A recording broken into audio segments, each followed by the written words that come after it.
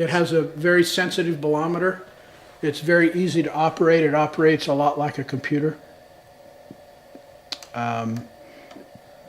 It has a visible light camera in it as well as an IR camera. So just like right there, you can see here's your infrared image right in the middle. Here's your visible light image on the outside. In most cases, I will take pictures or images inside a client's home in this mode, so when they look at it, they will know exactly where they are. If we change it to just an IR image, as you can see, even though we have a potential subject, okay, here's our subject. That doesn't tell you where you are. No. Okay, so if you go here, you go, I recognize those pictures. I know exactly where he touched that wall. So this helps the client, and that's the only reason why we're here is for the client. We're not here for us.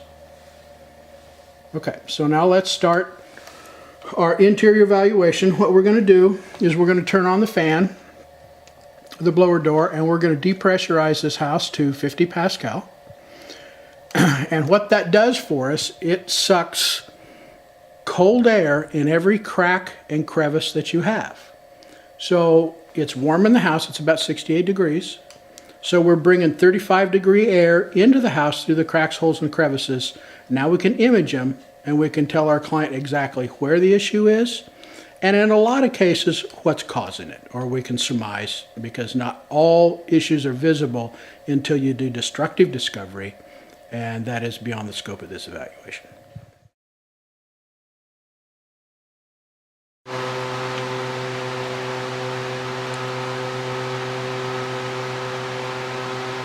This is a return air vent. Without taking down this vent, I don't know for sure, but it appears to be that they're using the floor joist bays as a duct, which is cooling off this entire wall. We'll see if we can verify it in a minute. Whenever you use joist bays or wall bays as a duct, you have the potential to depressurize the whole house, which causes a lot of grief, but in a nutshell, it's costing you money to run your furnace. This is done every day, but it's very poor building practice, and it costs the client a lot of money. It's a phantom energy loss. Up there, they have used your floor cavities for a heat duct. It is absolutely the most inefficient thing that you can do, because now it's not a closed system. It's pulling air from the cavity between floors, right? Correct. So we could make that more efficient by actually running A duct, a duct. if you can get to it. Okay. This is hard to repair without a lot of destructive processes to do it. The good thing here is the furnace is behind us, only about 5 feet, 6 feet. And it's So it might be doable. And here's what you see. Here's the stove. It's got a downdraft fan. Look at the air coming out from around the cabinet doors, clear down to the floor.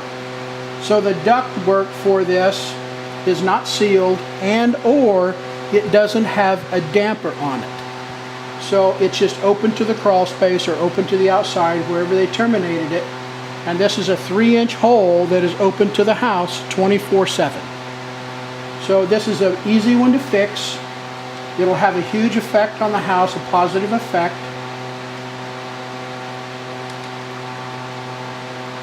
And it's very commonly overlooked. You couldn't find this breach without a blower door operating. It would be just about impossible.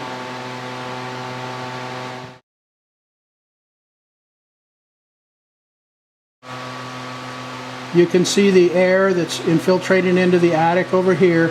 It's following this floor joist all the way into the kitchen. This is the ceiling between the kitchen and the upstairs. So you've got several cold stripes in here. This is why air sealing of a house is so important. that square is being averaged. being averaged here at 53.5. The coldest part inside this square is 44.1. Your maximum is 57.8 in a house that should be somewhere around 68 degrees.